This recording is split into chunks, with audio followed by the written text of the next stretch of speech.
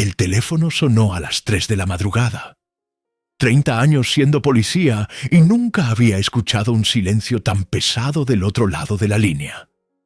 Solo respiración, entrecortada, agonizante. Luego, una voz rasposa que parecía salir desde el fondo de una tumba. «Hay un cuerpo. Te doy la ubicación. Ve solo». Me dio la dirección y colgó. Yo debí reportarlo. Debí despertar a mi superior. Debí seguir el protocolo que seguí durante 3 décadas. Pero algo en esa voz me heló hasta los huesos. Fui solo.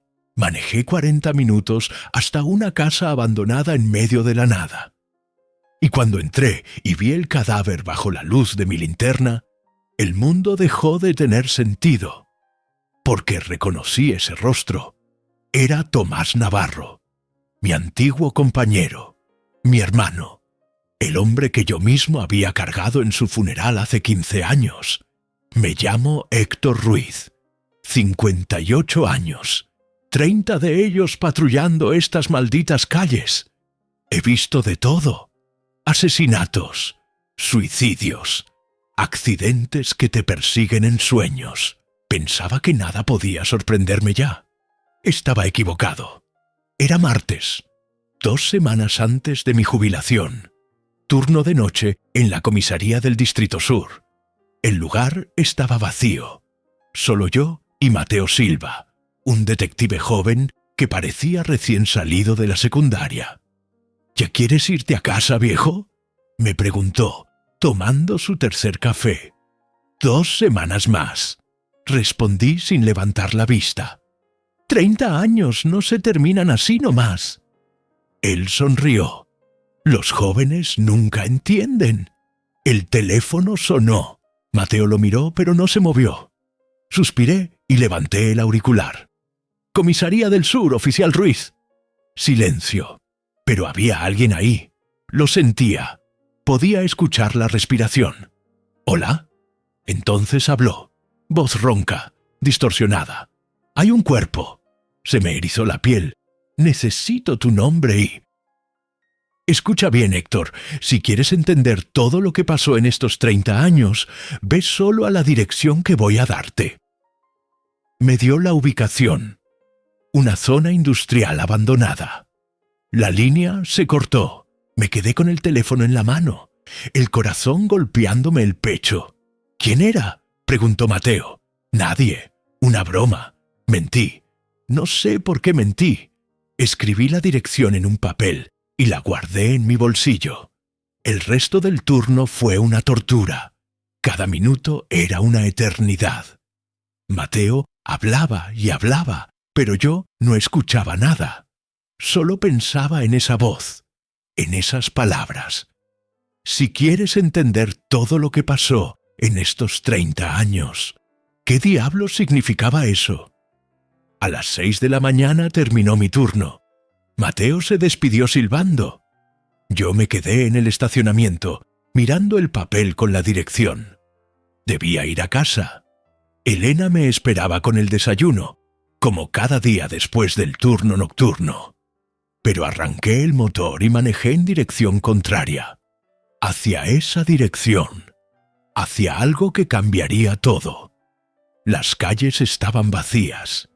El sol apenas asomaba cuando dejé atrás la ciudad y entré en la zona industrial. Fábricas cerradas, galpones destruidos, calles rotas con yuyos creciendo entre las grietas. Llegué. Una casa de 2 pisos, paredes descascaradas, puerta de madera podrida medio abierta. Estacioné a media cuadra y saqué mi arma. El aire olía a humedad y a algo más, algo dulzón y podrido. Muerte. Entré despacio, arma y linterna al frente. ¿Hay alguien?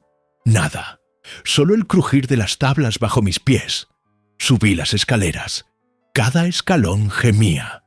Segundo piso. Al final del pasillo. Una puerta entreabierta. Iluminé el interior. Y lo vi. Un cuerpo en el suelo. Descompuesto. Ropa vieja. Olor insoportable. Me acerqué conteniendo la respiración. Iluminé el rostro. y el mundo se detuvo, porque ese rostro, a pesar de los años y la muerte, era inconfundible. Tomás Navarro. Mi compañero durante 10 años, mi hermano de armas. El hombre al que yo había cargado en su funeral hace 15 años. El hombre que murió en un enfrentamiento con narcos. El hombre que debería estar bajo tierra en el cementerio municipal, no en el piso de una casa abandonada. Retrocedé hasta chocar contra la pared. El celular cayó de mi mano. Y supe, en ese momento lo supe, que todo lo que yo creía sobre mi carrera era mentira. La llamada no fue para denunciar un crimen, fue una confesión. Y yo acababa de abrir una puerta al infierno, una puerta que jamás podría volver a cerrar. Pero antes de seguir, déjame pedirte algo. Si esta historia ya te atrapó, deja tu like y suscríbete al canal. Eso me ayuda mucho a seguir trayendo historias como esta. Ahora sí, volvamos a esa casa, porque lo que descubrí después fue mucho peor que encontrar un cadáver. Fue descubrir que durante 30 años había trabajado al lado de asesinos. Salí de esa casa tamaleándome como un borracho. El aire fresco de la mañana me golpeó el rostro, pero no logró limpiar el olor a muerte que sentía pegado en la garganta. Me apoyé contra la pared exterior, respirando profundo, intentando procesar lo que acababa de ver. Tomás Navarro estaba muerto. Nuevamente. O quizás nunca había muerto la primera vez. Saqué el celular con manos temblorosas. Debía llamar a la comisaría, reportar el hallazgo, activar el protocolo. Eso era lo correcto. Pero entonces recordé las palabras de esa voz en el teléfono. Ve solo. Si quieres entender todo lo que pasó en estos 30 años. Guardé el celular. Volví a entrar en la casa. Esta vez no miré el cuerpo. Busqué algo más. Cualquier cosa que me explicara qué diablos estaba pasando. La habitación estaba casi vacía. Solo el cadáver, polvo y telarañas. Revisé cada rincón con la linterna. Nada. Bajé al primer piso. Una cocina destrozada. Una sala con muebles podridos. Un baño sin puerta.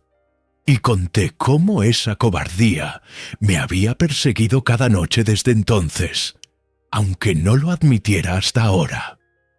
El abogado defensor de Rodrigo me atacó sin piedad. Me preguntó por qué había esperado 15 años para decir algo. ¿Por qué, si realmente me importaba la justicia, no había reportado lo que escuché esa noche? Me preguntó si no estaba inventando todo para salvar mi propia reputación, para parecer el héroe arrepentido en lugar del cómplice cobarde.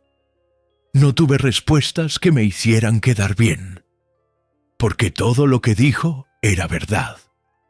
Cuando bajé del estrado, crucé miradas con Rodrigo. Esperaba odio, esperaba desprecio, pero lo que vi fue algo diferente. Era lástima, como si él sintiera pena por mí, por haber destruido mi vida por un ataque de conciencia tardío. Y quizás tenía razón en sentir lástima, porque mientras él aceptaba lo que era, un criminal que había decidido conscientemente cruzar líneas que no debían cruzarse, yo había pasado 30 años mintiendo. Mintiéndome a mí mismo sobre quién era realmente. El juicio duró 3 meses. Rodrigo y 4 de los otros oficiales fueron condenados. Sentencias de entre 15 y 30 años. 2 fueron absueltos por falta de evidencia directa de participación. Y yo quedé en un limbo legal. No había suficiente evidencia para condenarme criminalmente. No había participado directamente en las torturas. No había encubierto activamente los crímenes. Solo había... no hecho nada. Pero aunque no fui a prisión, mi vida tal como la conocía se terminó.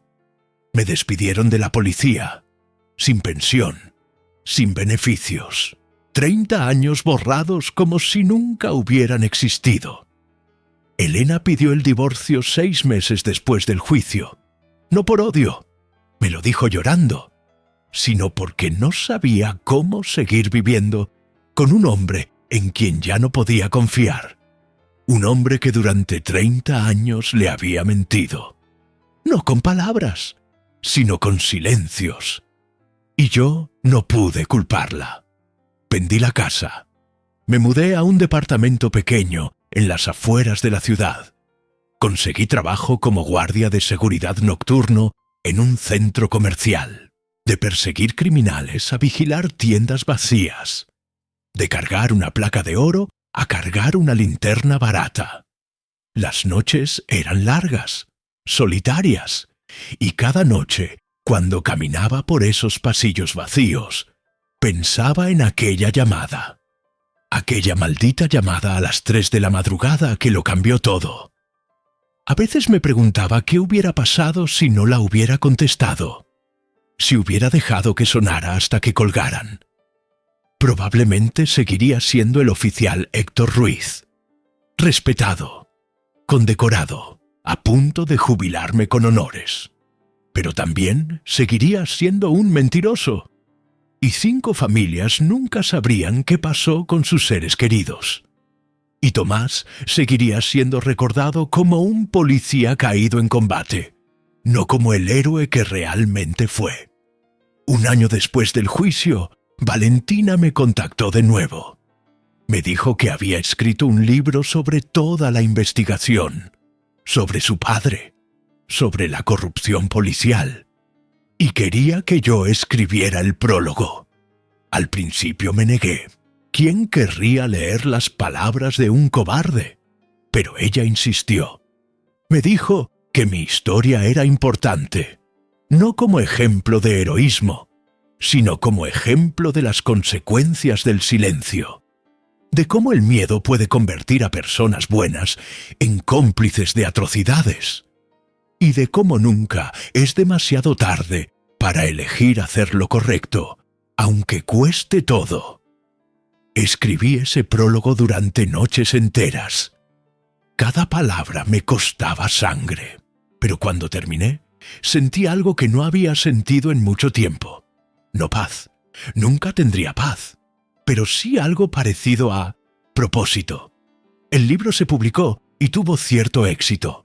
No me hizo rico, ni siquiera famoso, pero empecé a recibir mensajes de otros policías, algunos retirados, otros todavía en servicio, contándome sus propias historias de cosas que habían visto y callado, de órdenes ilegales que habían obedecido por miedo, de culpas que cargaban en silencio.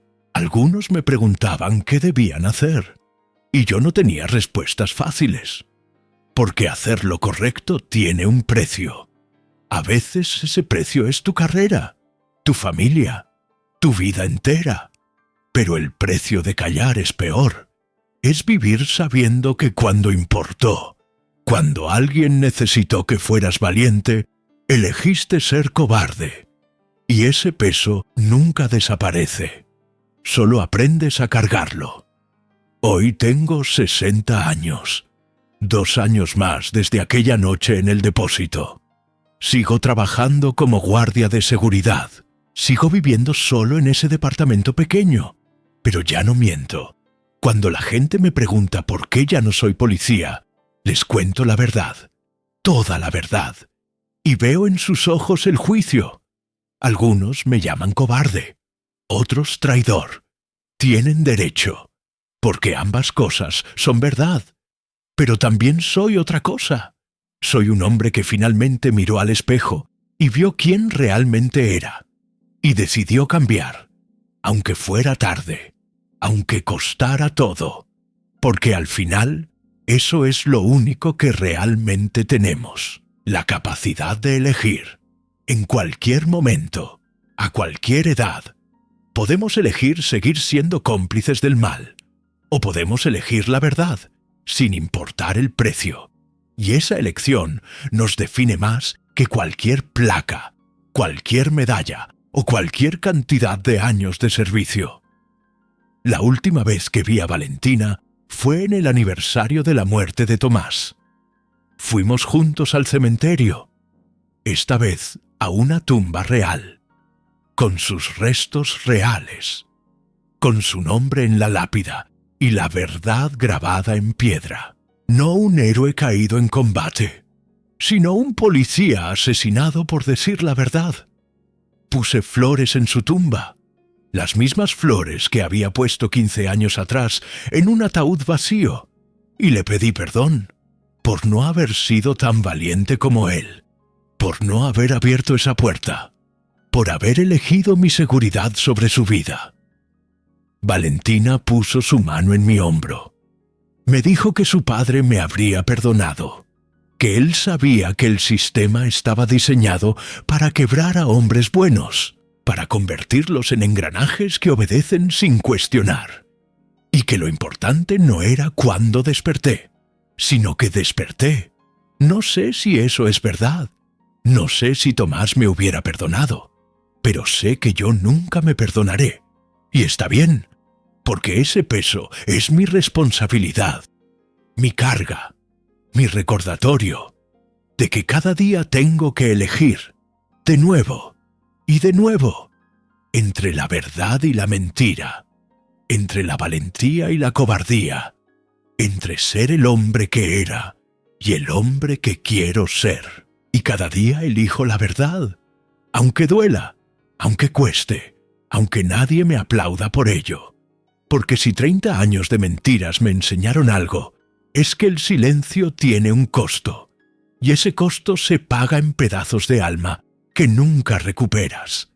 Pero la verdad te destroza de una sola vez.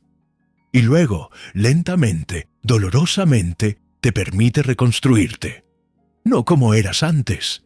Nunca serás esa persona de nuevo, sino como algo diferente, algo más honesto. Más roto, sí, pero más real. Y al final, eso tiene que ser suficiente, porque es todo lo que nos queda. Caracteres del capítulo 6, 7564 entonces lo vi. En la pared de la sala, alguien había dibujado algo con spray negro. No era grafiti común, era una lista. Nombres, 8 nombres escritos en columna. Y el primero de todos era el mío, Héctor Ruiz. Debajo estaban otros 7, todos policías, todos compañeros, algunos ya jubilados, otros todavía en servicio. El último nombre de la lista era Capitán Rodrigo Méndez, mi superior directo. Sentí que la sangre se me congelaba en las venas. No había fechas, no había explicación, solo esos 8 nombres pintados en una pared como una sentencia de muerte. Saqué el celular y tomé una foto. La mano me temblaba tanto que tuve que intentarlo 3 veces. ¿Qué significaba esa lista? ¿Por qué estaba mi nombre ahí? ¿Y qué tenía que ver con Tomás? Salí de la casa corriendo. Subí al auto y arranqué con las llantas chirriando. Manejé sin rumbo durante 20 minutos, intentando pensar con claridad. Pero mi mente era un caos. 15 años atrás, Tomás Navarro murió en un operativo contra narcotraficantes. O eso nos dijeron. Hubo funeral, hubo honras, hubo lágrimas. Yo cargué su ataúd junto a otros 5 compañeros. Pero si Tomás no murió ese día, ¿qué pasó realmente? ¿Por qué fingieron su muerte? ¿Y quién lo mató ahora? Necesitaba respuestas. Llegué a mi casa a las 9 de la mañana. Elena estaba en la cocina preparando el almuerzo. Me besó en la mejilla sin mirarme. Después sí me miró, y su sonrisa se apagó.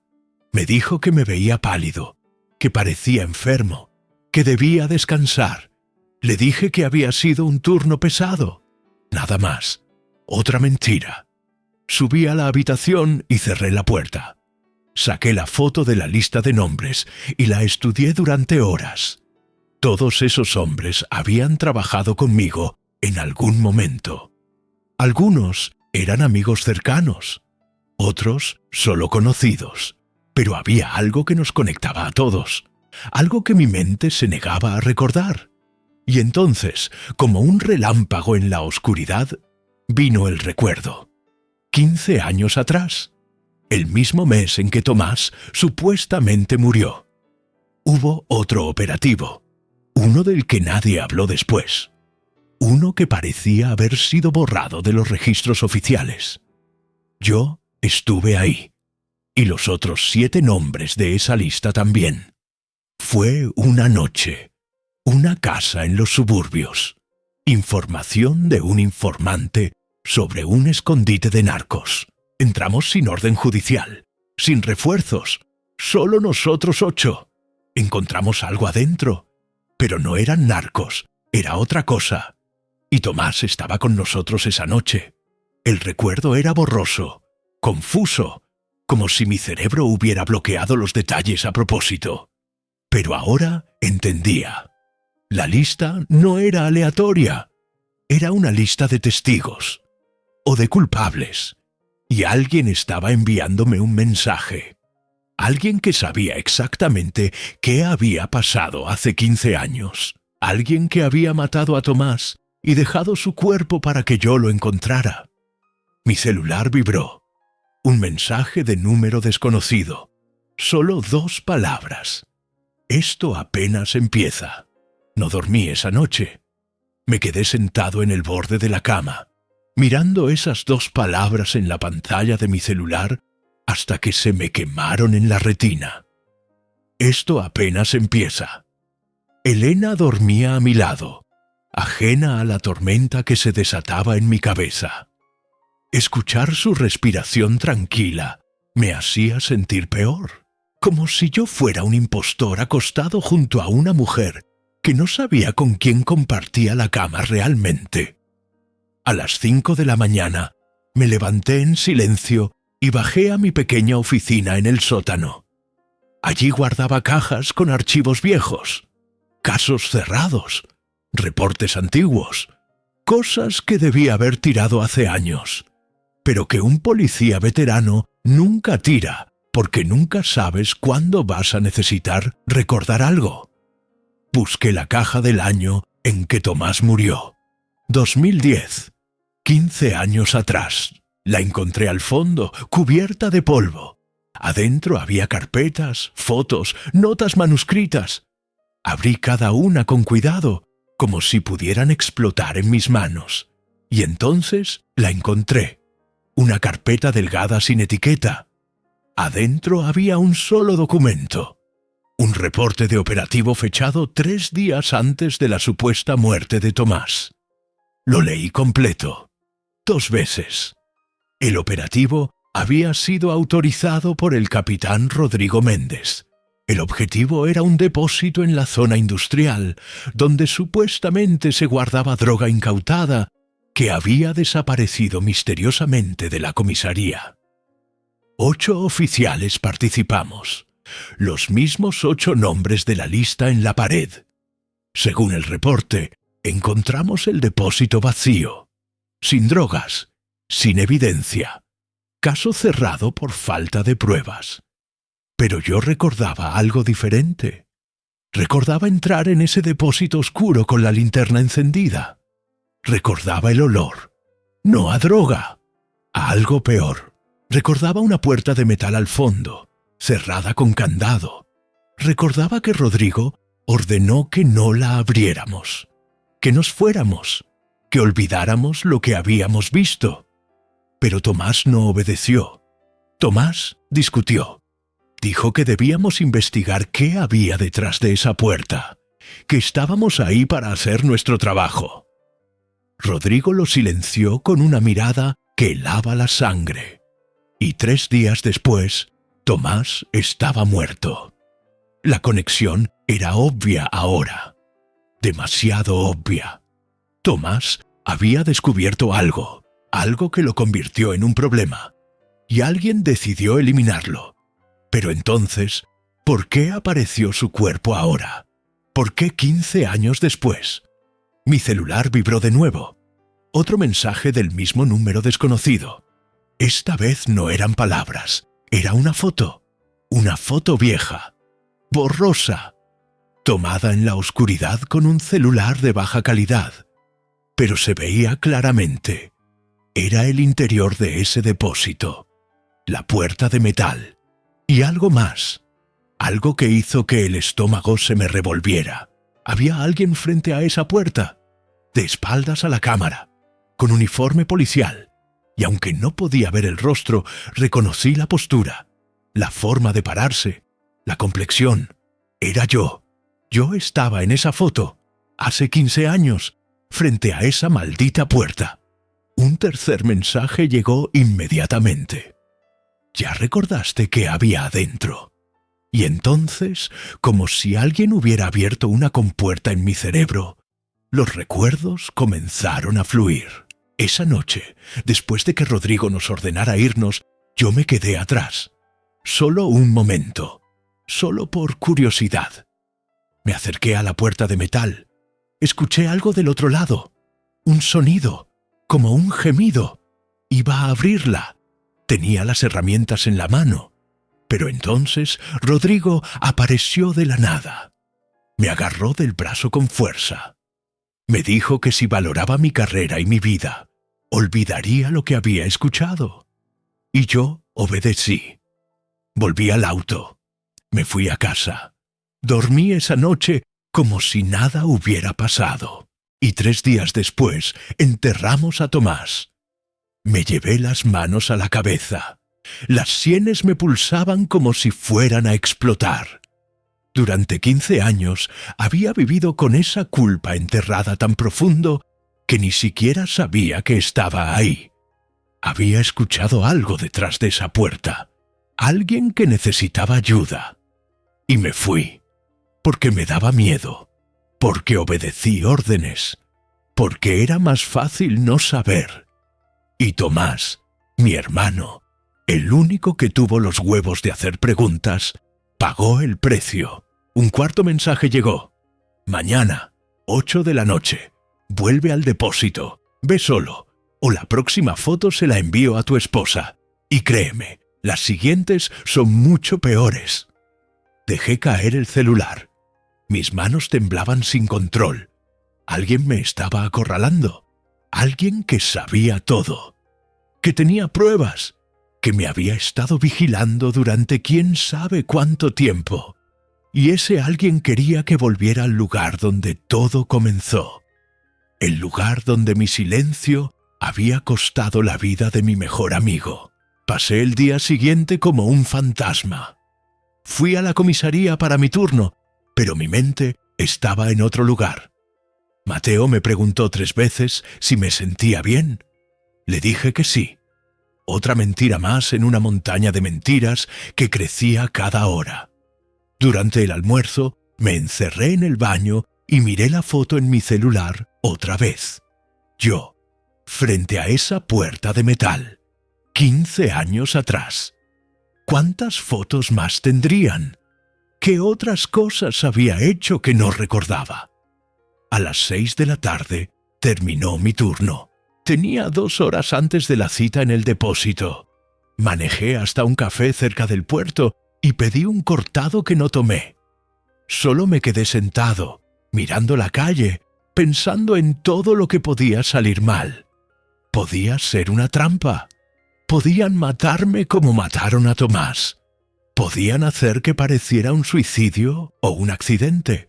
O peor, podían exponerme, destruir mi carrera, mi reputación, mi familia, 30 años de servicio, medallas, reconocimientos, respeto. Todo podía desaparecer en un instante, pero si no iba, la amenaza era clara. Le enviarían las fotos a Elena. Y si había más fotos, si había evidencia de algo peor que solo estar parado frente a una puerta, mi vida se acabaría de todas formas. No tenía opción. A las 7:30 arranqué el auto y manejé hacia la zona industrial. Las calles estaban desiertas, fábricas abandonadas, galpones cerrados, ni un alma a la vista. El depósito Estaba exactamente como lo recordaba. Un edificio gris de 2 pisos con ventanas tapiadas y puertas de metal oxidado. Estacioné a 1 cuadra de distancia y caminé el resto. El peso del arma en mi cintura era lo único que me daba algo de confianza. La puerta principal estaba entreabierta, como si alguien hubiera pasado recientemente. Entré despacio, con todos los sentidos alerta. El interior olía a humedad y a años de abandono. Mi linterna iluminó paredes con grafitis, pisos cubiertos de escombros, techos con goteras. Caminé hacia el fondo, hacia donde recordaba que estaba esa puerta de metal, y ahí estaba, pero ahora estaba abierta, de par en par. El corazón me latía tan fuerte que sentía las pulsaciones en los oídos. Me acerqué lentamente. Iluminé el interior con la linterna. Era un cuarto pequeño, paredes de concreto, sin ventanas, y en el centro había una silla vieja de madera con correas en los brazos y las patas. Correas manchadas con algo oscuro que parecía sangre seca. En el piso, alrededor de la silla, había marcas, arañazos profundos en el concreto, como si alguien hubiera tratado de escapar, arrastrándose con las uñas. Sentí que la bilis me subía por la garganta. Ese cuarto no era un depósito de droga, era una celda de tortura. Y yo había estado parado afuera hace 15 años, escuchando gemidos, y me había ido. Una voz detrás de mí me hizo girar de golpe, con el arma en alto. Pero no era quien esperaba. Era una mujer, joven, 30 años quizás, cabello negro recogido en una cola, ojos oscuros que me miraban con una mezcla de odio y dolor. Y en ese momento, aunque nunca la había visto adulta, supe exactamente quién era. Los mismos ojos de Tomás, la misma forma de la mandíbula. Era Valentina Navarro, la hija de mi compañero muerto. Ella levantó las manos lentamente, mostrando que no tenía armas. Su voz era firme pero quebrada por la emoción cuando habló. Me dijo que llevaba 2 años investigando la muerte de su padre, 2 años buscando la verdad que la policía había enterrado junto con un ataúd vacío. Me dijo que Tomás no murió en un enfrentamiento con narcos, que eso fue una mentira conveniente para cerrar el caso. Me dijo que su padre había descubierto algo horrible, algo que involucraba a policías de alto rango. Algo que pasaba en ese mismo depósito donde estábamos ahora. Y me dijo que yo era uno de los que lo sabía, uno de los que vio, y cayó.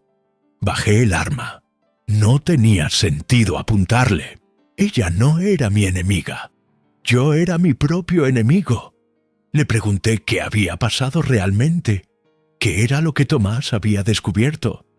Valentina sacó una tablet de su mochila y me mostró documentos, fotos, grabaciones de audio. Durante años, un grupo de policías había usado ese depósito para interrogar a sospechosos de forma ilegal. Sin órdenes, sin abogados, sin testigos. Tortura, pura y simple. Algunos sospechosos salían de allí quebrados pero vivos. Firmaban confesiones falsas. Iban a prisión por crímenes que quizás no habían cometido. Otros nunca salían. Tomás había descubierto archivos. Había seguido el rastro del dinero. Había encontrado vínculos con el crimen organizado. Algunos policías no solo torturaban, también vendían información. Protegían a ciertos criminales a cambio de pagos. Y cuando Tomás amenazó con exponer todo, lo eliminaron. Fingieron su muerte en un operativo falso. Lo enterraron de verdad en algún lugar que nadie encontraría jamás. Hasta hace 2 meses, Valentina había recibido un paquete anónimo. Dentro había un mapa, con la ubicación exacta del cuerpo de su padre. Fue ella quien lo desenterró. Fue ella quien lo llevó a esa casa abandonada. Y fue ella quien me llamó para que lo encontrara. Porque necesitaba que yo viera lo que habían hecho. Necesitaba que yo recordara. Y ahora que recordaba, tenía una pregunta para mí.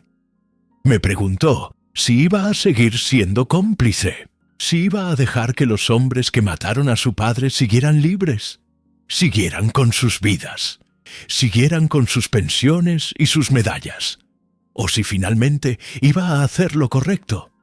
Pero antes de que pudiera responder, escuchamos algo. Pasos, múltiples, acercándose rápido. Valentina me miró con ojos muy abiertos, y yo supe, sin lugar a dudas, que no estábamos solos.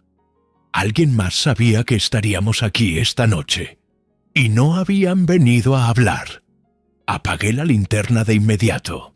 Agarré a Valentina del brazo y la jalé hacia una esquina oscura del cuarto, detrás de unos estantes oxidados. Los pasos se acercaban, lentos, deliberados, más de una persona. Saqué mi arma y le hice señas a Valentina de que se quedara en silencio. Las voces llegaron antes que las siluetas. Reconocí una de inmediato, grave, autoritaria. Capitán Rodrigo Méndez, mi superior, mi mentor durante 20 años, el hombre que me había enseñado todo lo que sabía sobre ser policía. Apareció en el marco de la puerta con una linterna potente que iluminó todo el cuarto.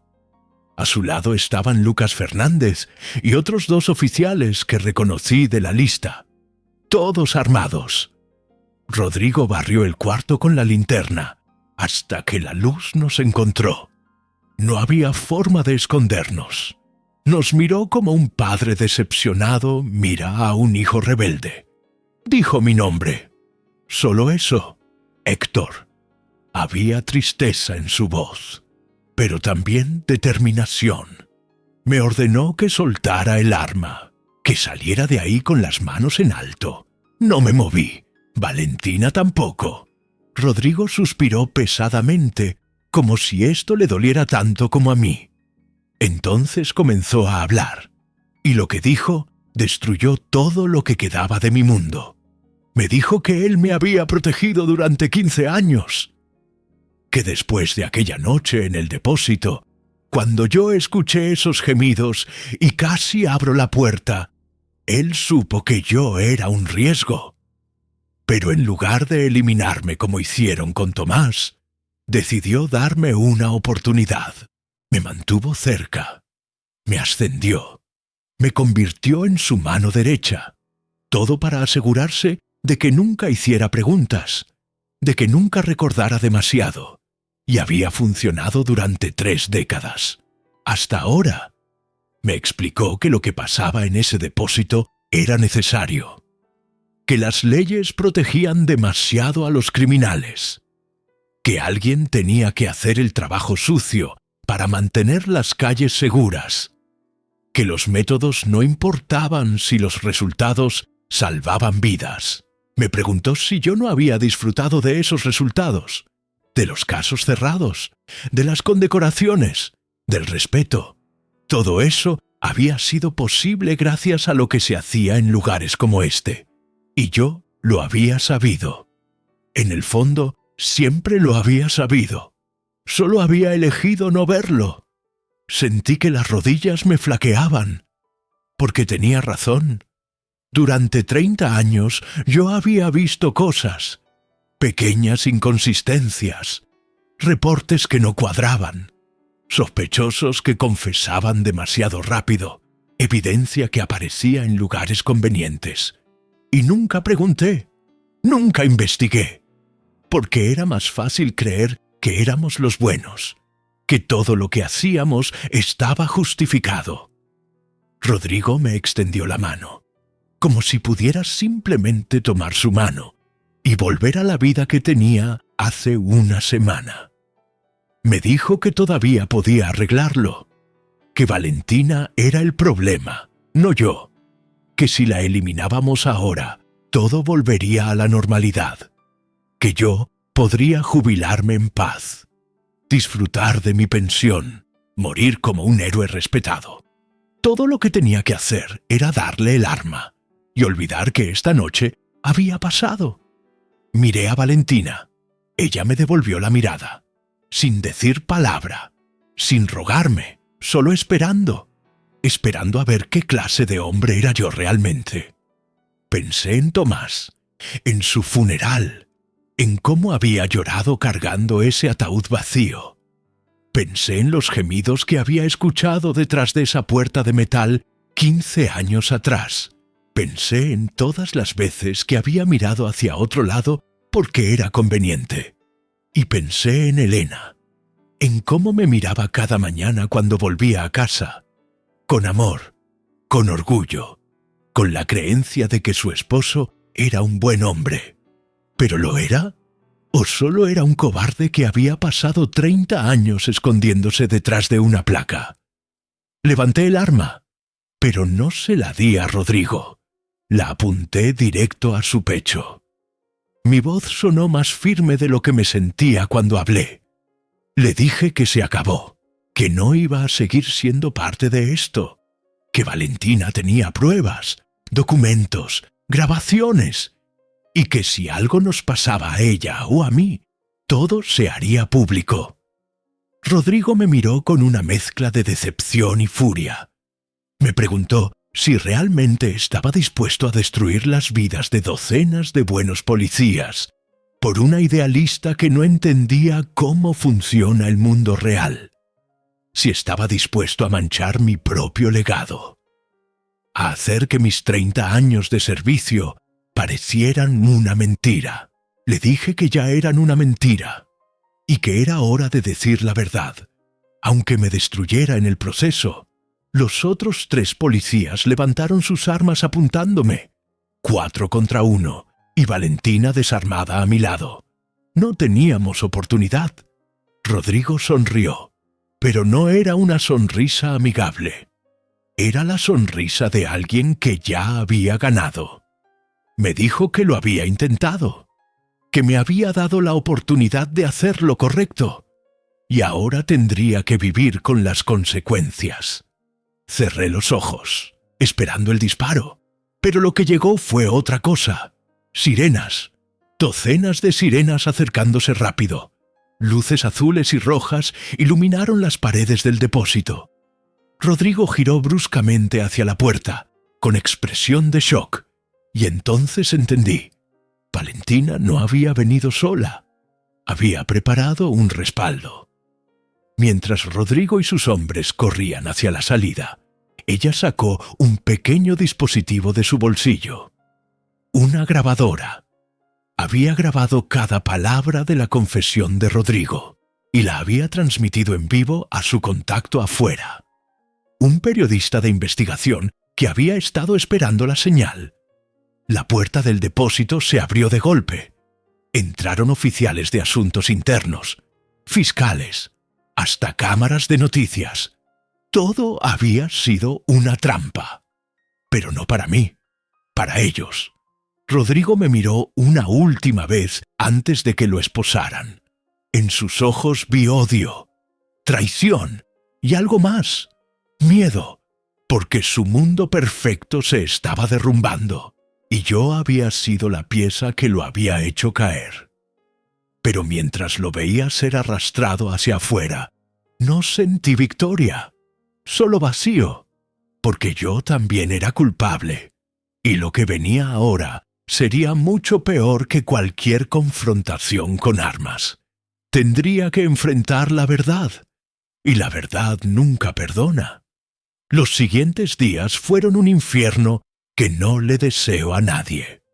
Mi nombre apareció en cada noticiero, en cada periódico, en cada conversación de café en la ciudad, pero no como héroe, no como el policía valiente que ayudó a exponer la corrupción, sino como sospechoso, como cómplice, como uno de los 8 nombres en esa lista.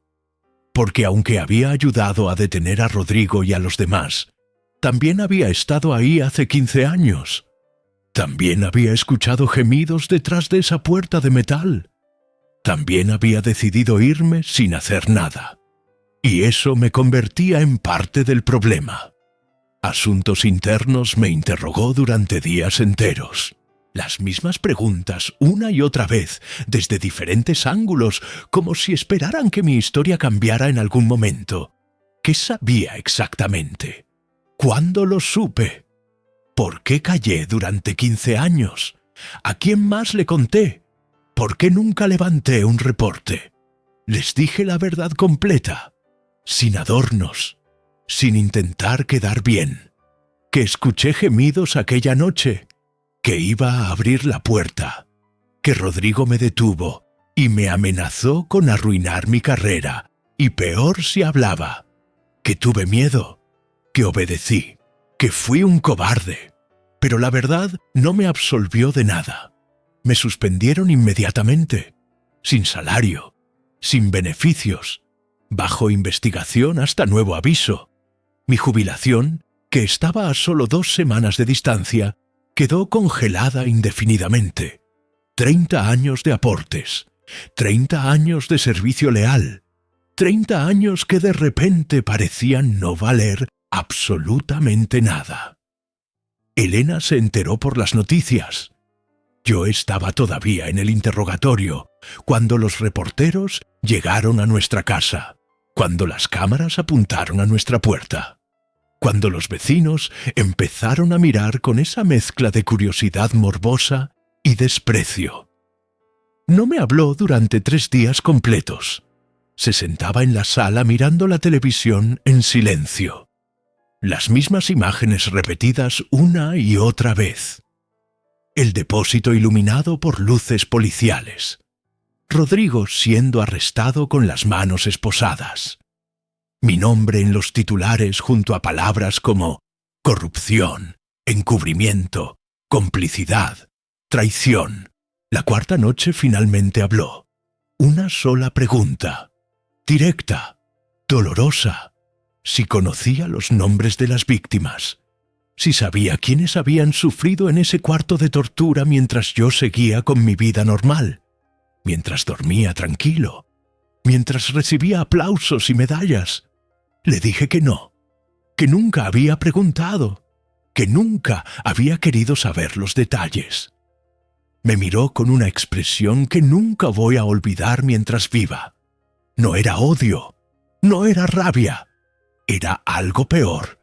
Era decepción profunda. Me dijo que eso era lo peor de todo, que ni siquiera me había importado lo suficiente como para averiguar a quién había traicionado con mi silencio, que había sido más fácil no saber, más cómodo fingir que si no veía los nombres, las caras, las historias, entonces no era realmente culpable. Y tenía razón, como siempre. Una semana después del arresto masivo, Valentina me pidió que nos reuniéramos en un café del centro. Llegué esperando acusaciones directas, esperando que me dijera que iba a asegurarse de que yo también pagara por lo que había hecho, o más bien, por lo que no había hecho. Pero se sentó frente a mí, y lo primero que hizo fue agradecerme.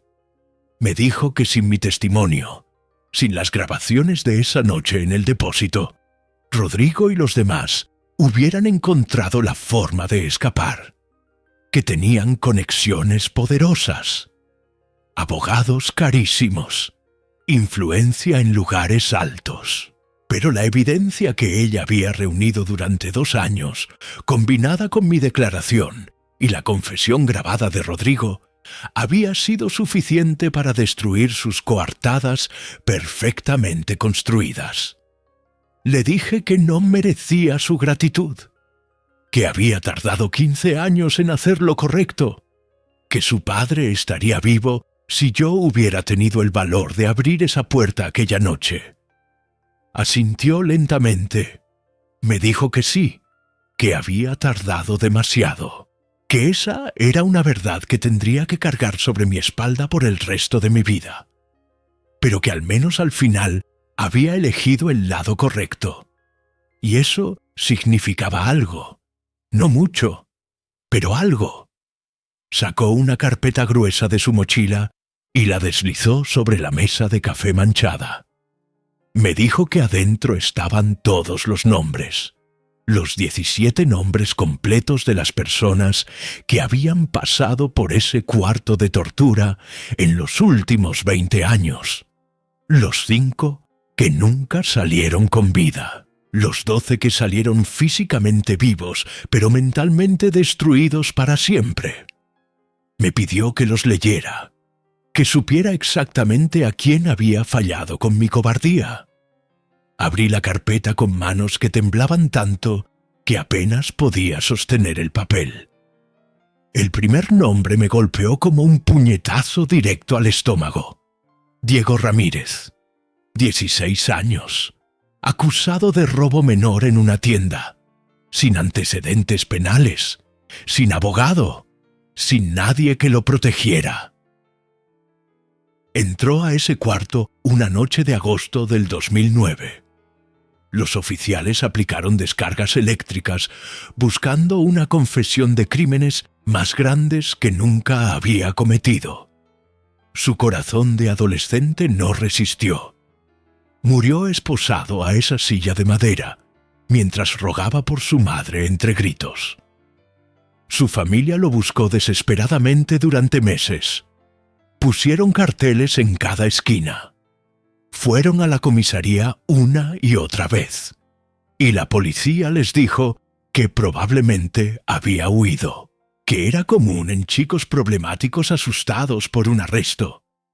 Pero Diego no era problemático. Era solo un niño asustado que cometió un error menor de adolescente tonto. Y pagó con su vida. Mientras yo dormía en mi cama cómoda. Mientras cenaba con Elena hablando de trivialidades, mientras recibía condecoraciones por casos cerrados, con confesiones que ahora entendía cómo habían sido obtenidas. Cerré la carpeta de golpe. No podía seguir leyendo. No podía respirar. Valentina me miró con esos ojos oscuros que eran tan idénticos a los de Tomás que dolía mirarla directamente. Me dijo que los otros 4 nombres eran igual de desgarradores. Personas inocentes acusadas de crímenes menores. Personas con familias esperándolos en casa. Con futuros que nunca llegaron. Personas que confiaron en que el sistema de justicia los protegería. Y en cambio, ese mismo sistema los destruyó. El juicio comenzó 2 meses después, en medio de un circo mediático sin precedentes. La sala del tribunal estaba repleta hasta el último asiento. Periodistas con cámaras. Familiares de las víctimas con fotos de sus seres queridos desaparecidos. Policías de toda la ciudad observando con expresiones divididas entre lealtad ciega y asco genuino. Rodrigo Méndez y otros 6 oficiales enfrentaban múltiples cargos: tortura, homicidio, encubrimiento, asociación ilícita, falsificación de documentos oficiales. Yo fui llamado como testigo clave de la fiscalía. Caminar hacia ese estrado fue la caminata más larga y pesada de toda mi vida. Sentía todas las miradas clavadas en mi espalda como cuchillos. Escuchaba los murmullos que no eran tan bajos como creían. Cobarde, traidor, rata, cómplice. Me senté en la silla de los testigos. Levanté la mano derecha. Juré decir la verdad, toda la verdad y nada más que la verdad. Y por primera vez en 30 años de carrera, cumplí ese juramento de forma completa y total. Conté todo, sin omitir un solo detalle incómodo. ¿Cómo habíamos entrado a ese depósito industrial 15 años atrás, siguiendo órdenes directas de Rodrigo? ¿Cómo supuestamente buscábamos droga robada de la comisaría? ¿Cómo encontramos la puerta de metal cerrada, con candado al fondo del edificio? ¿Cómo escuché gemidos del otro lado? gemidos de dolor, de súplica, de agonía. ¿Cómo iba a forzar la cerradura para investigar qué diablos estaba pasando ahí dentro? Y cómo el capitán Rodrigo Méndez, mi superior, mi mentor durante años, me agarró del brazo con fuerza brutal y me ordenó que nos fuéramos inmediatamente. ¿Cómo me amenazó?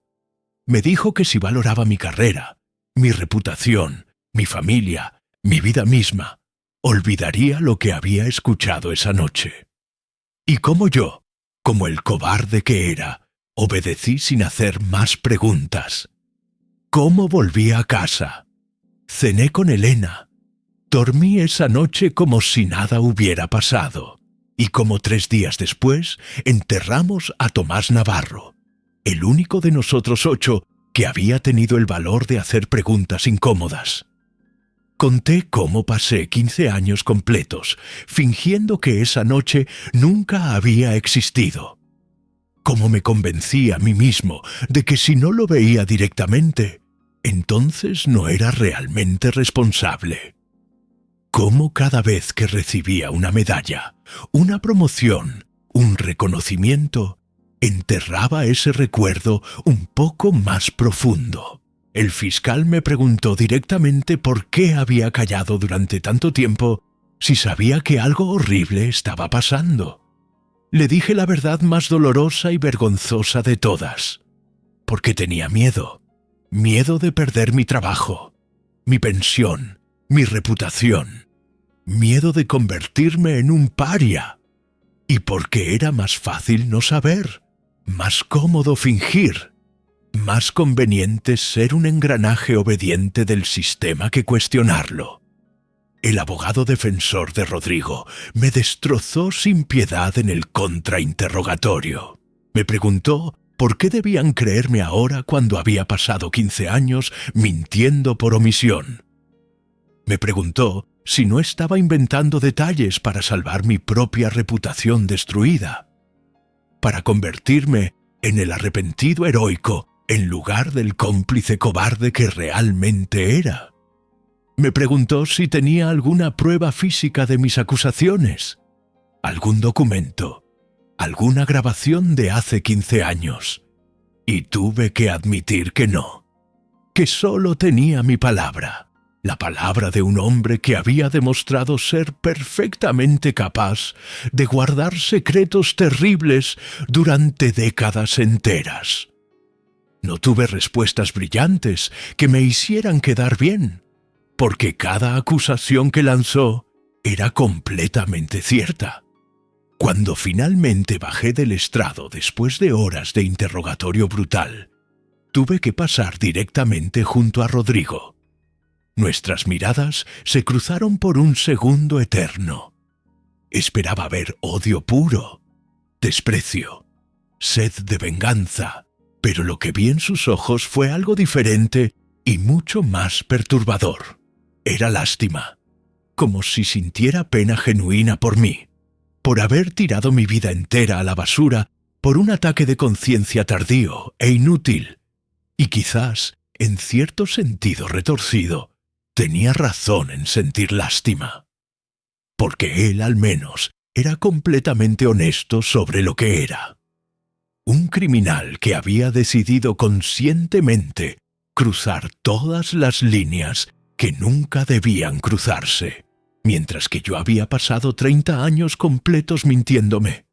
A mí mismo, a Elena, a todos, pretendiendo ser el policía honrado e intachable mientras miraba deliberadamente hacia otro lado cada vez que las sombras se movían demasiado cerca de la luz.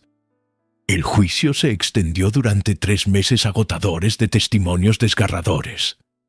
Cada día traía nuevas revelaciones horribles, nuevas víctimas identificadas, nuevos métodos de tortura documentados, nuevas capas de corrupción expuestas. Los familiares de las víctimas testificaron entre lágrimas. Mostraron fotos de sus seres queridos sonriendo antes de desaparecer. Contaron cómo la policía había ignorado sus súplicas desesperadas de ayuda. Al final, el veredicto llegó. Rodrigo Méndez, culpable de todos los cargos. Sentencia de 30 años, sin posibilidad de libertad condicional. Lucas Fernández, culpable, 25 años. Otros 3 oficiales, culpables con sentencias entre 15 y 20 años. 2 fueron absueltos por falta absoluta de evidencia directa que los conectara con los crímenes específicos. Y yo quedé en un extraño limbo legal. No había pruebas suficientes para condenarme criminalmente. No había participado directamente en ninguna tortura. No había falsificado documentos. No había encubierto activamente los crímenes con acciones concretas. Solo había: no he hecho nada cuando debía hacerlo todo. Pero aunque no fui a prisión, mi vida tal como la había conocido durante casi 6 décadas murió ese día en esa sala de tribunal. La comisaría me despidió formalmente una semana después del veredicto, sin pensión, sin beneficios de salud, sin carta de recomendación. 30 años de servicio borrados del registro como si nunca hubieran existido. Elena pidió el divorcio 6 meses después. No lo hizo con rabia explosiva o gritos acusadores. Lo hizo llorando quedamente en la cocina, donde habíamos compartido miles de desayunos durante décadas. Me dijo que no podía seguir viviendo con un hombre en quien ya no podía confiar en absoluto. Con alguien que durante 30 años completos le había mentido, no necesariamente con palabras directas, sino con silencios calculados. Que cada vez que me miraba ahora, se preguntaba qué otras cosas habría callado, qué otros secretos terribles cargaba sin compartir. Y yo no pude culparla ni un segundo, porque tenía toda la razón del mundo. Vendimos la casa donde habíamos criado recuerdos durante 25 años. Dividimos los bienes acumulados con una frialdad administrativa que dolía más que cualquier pelea. Firmamos papeles, separamos cuentas, dijimos adiós. Y de repente me encontré completamente solo, en un departamento diminuto de un solo ambiente en las afueras más baratas de la ciudad, con una caja de cartón llena de fotos de una vida que ya no me pertenecía.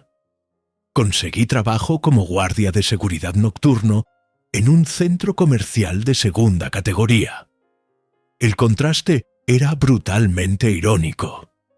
De perseguir criminales peligrosos en las calles a vigilar tiendas de ropa vacías toda la noche. De cargar una placa dorada que representaba autoridad a cargar una linterna barata de plástico que apenas funcionaba. De ser el oficial Héctor Ruiz, respetado y condecorado, a ser simplemente el viejo del turno de noche que nadie conoce ni le importa conocer. Las primeras semanas en ese trabajo fueron las más difíciles de mi vida entera. Caminaba por esos pasillos comerciales completamente vacíos, escuchando solo el eco fantasmal de mis propios pasos sobre el piso brillante, pensando obsesivamente en cómo había llegado hasta ese punto tan bajo. 58 años, 3 décadas completas de servicio policial, y terminé vigilando maniquíes de plástico y puertas cerradas. Pero lentamente, muy lentamente, algo comenzó a cambiar dentro de mí. En esas noches interminablemente largas y profundamente solitarias, sin el ruido constante de la comisaría, sin las justificaciones automáticas de los compañeros, sin las mentiras cómodas que nos contábamos para dormir tranquilos, empecé finalmente a pensar con verdadera claridad. Solo yo, y la verdad desnuda. Y la verdad era brutalmente simple. Había sido cómplice directo de crímenes absolutamente horribles, no por maldad intencional, sino por cobardía pura. Pero esa distinción técnica no cambiaba absolutamente nada para las víctimas. Diego Ramírez seguía muerto a los 16 años. Las otras 4 personas seguían desaparecidas sin tumbas, donde sus familias pudieran llorarlas. Los 12 sobrevivientes seguían despertando con pesadillas cada noche, y ninguna cantidad de arrepentimiento tardío por mi parte cambiaría jamás esa realidad terrible. Un año completo después del juicio mediático, Valentina me contactó nuevamente. Me dijo que había terminado de escribir un libro extenso sobre toda la investigación, sobre la vida de su padre, sobre el sistema de corrupción policial, sobre las víctimas olvidadas, y quería que yo escribiera el prólogo. Al principio me negué rotundamente. ¿Quién en su sano juicio querría leer las palabras justificatorias de un cobarde confeso? ¿Qué podía decir yo que tuviera algún valor real? Pero ella insistió durante semanas con una determinación férrea que me recordaba dolorosamente a Tomás. Me explicó que mi historia era absolutamente crucial, no como ejemplo inspirador de heroísmo tardío, sino como advertencia clara y brutal, como ejemplo perfecto de cómo el silencio cómodo transforma gradualmente a personas ordinarias, decentes, en cómplices activos de atrocidades imperdonables, y de cómo nunca es demasiado tarde para elegir finalmente la verdad, aunque ese precio sea perder absolutamente todo lo que creías que eras. Escribí ese prólogo durante semanas enteras de noches en vela. Cada palabra me arrancaba pedazos del alma. Conté todo sin filtros protectores, sin intentar quedar bien, sin buscar compasión barata. Conté exactamente cómo el miedo me había paralizado, cómo la lealtad mal entendida me había cegado voluntariamente, cómo la comodidad personal me había convertido en cómplice silencioso, y cómo esas decisiones aparentemente pequeñas, esas elecciones de mirar hacia otro lado solo una vez más, habían costado vidas humanas reales. Cuando finalmente terminé de escribir la última palabra, no sentí el alivio catártico que esperaba. No sentí paz interior sanadora, pero sí sentí algo que no había experimentado en muchísimo tiempo. Sentí propósito genuino.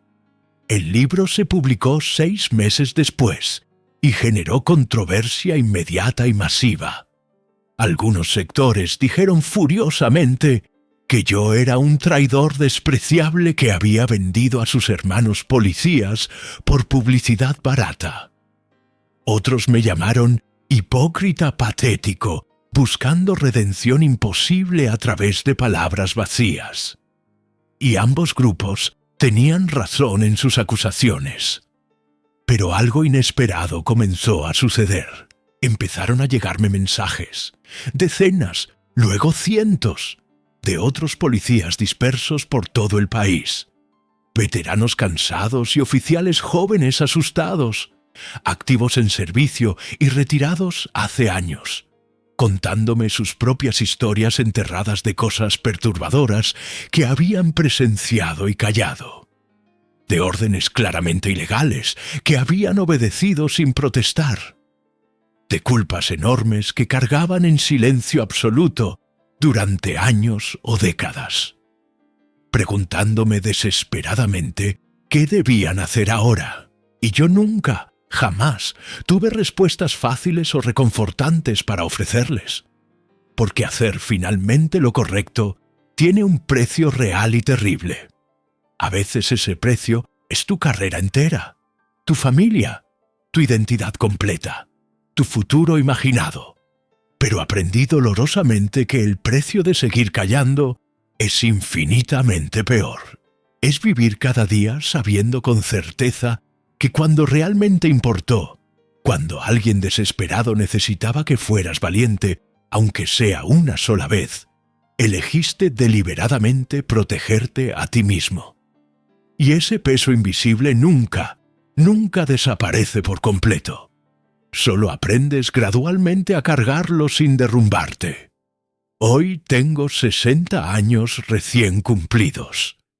Han pasado exactamente 2 años desde aquella llamada a las 3 de la madrugada.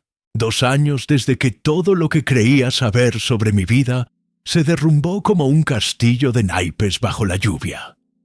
Sigo trabajando como guardia de seguridad nocturno en ese mismo centro comercial de Segunda. Sigo viviendo solo en ese departamento diminuto, de un solo ambiente donde el silencio es tan denso que a veces parece tener peso físico. Mi rutina diaria es simple, monótona, predecible, solitaria. Pero hay algo fundamental que cambió para siempre.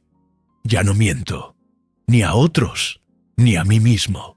Cuando alguien me pregunta casualmente por qué ya no soy policía, no invento excusas cómodas sobre jubilación anticipada o problemas de salud. Cuento la verdad completa, sin adornos, sin suavizar los bordes más filosos. Les cuento que fui cómplice silencioso de torturas y asesinatos durante años. Que escuché gemidos de agonía detrás de una puerta y elegí irme a casa. Que tardé 15 años en encontrar el valor que debí tener desde el primer momento. Y siempre veo la misma secuencia de reacciones en sus rostros. Primero shock, luego incomodidad, después juicio inmediato. Algunos me llaman directamente traidor a la cara. Otros murmuran cobarde cuando creen que ya no los escucho. Y tienen todo el derecho del mundo a juzgarme así, porque ambas acusaciones son completamente ciertas y merecidas. Pero también soy algo más ahora, algo que tardé casi 6 décadas en convertirme. Soy un hombre que finalmente se atrevió a mirarse directamente al espejo sin apartar la vista. Que vio exactamente quién era realmente bajo todas las capas de mentiras cómodas. Y que decidió cambiar, aunque fuera demasiado tarde para reparar el daño. Aunque le costara absolutamente todo lo que tenía. La última vez que vi a Valentina Navarro fue hace apenas 3 semanas, en el 2º aniversario de la muerte oficial de Tomás. Fuimos juntos al cementerio municipal, bajo un cielo gris de invierno, esta vez a una tumba verdadera, con sus restos reales finalmente descansando donde debían, con su nombre completo grabado honestamente en la lápida de mármol blanco. No como el héroe caído heroicamente en combate contra narcotraficantes peligrosos que inventaron los reportes falsos, sino como lo que Tomás Navarro realmente fue hasta su último aliento. Un policía honesto, asesinado brutalmente por atreverse a decir la verdad incómoda en voz alta. Puse sobre su tumba las mismas flores silvestres que había llevado 15 años atrás, a un funeral falso con un ataúd completamente vacío. Y le pedí perdón en voz baja, por no haber sido ni la mitad de valiente que él, por no haber abierto esa puerta maldita aquella noche, por haber elegido egoístamente mi seguridad personal muy por encima de su vida. Valentina, parada a mi lado en silencio durante largos minutos, finalmente puso su mano en mi hombro con un gesto que era sorprendentemente gentil. Me dijo con voz tranquila que estaba segura de que su padre me habría perdonado eventualmente, que él entendía mejor que nadie cómo el sistema entero estaba diseñado específicamente para quebrar y corromper incluso a los hombres más buenos, para convertirlos gradualmente en engranajes obedientes que nunca cuestionan órdenes. Y que lo verdaderamente importante no era precisamente cuándo desperté de esa pesadilla, sino el simple hecho de que finalmente desperté. Que muchos nunca lo hacen. No sé honestamente si eso es verdad. No sé si Tomás realmente me habría perdonado alguna vez. pero sé con absoluta certeza que yo nunca me voy a perdonar a mí mismo. Y está perfectamente bien así, porque ese peso aplastante en mi conciencia es mi responsabilidad eterna, mi carga personal, mi recordatorio diario constante de que cada decisión pequeña importa enormemente. 30 años enteros siendo policía, 3 décadas completas dedicadas supuestamente a proteger y servir, y una sola llamada telefónica a las 3 de la madrugada destruyó cada pedazo de esa identidad cuidadosamente construida. Pero esa llamada no me destruyó realmente a mí, no en el sentido más profundo.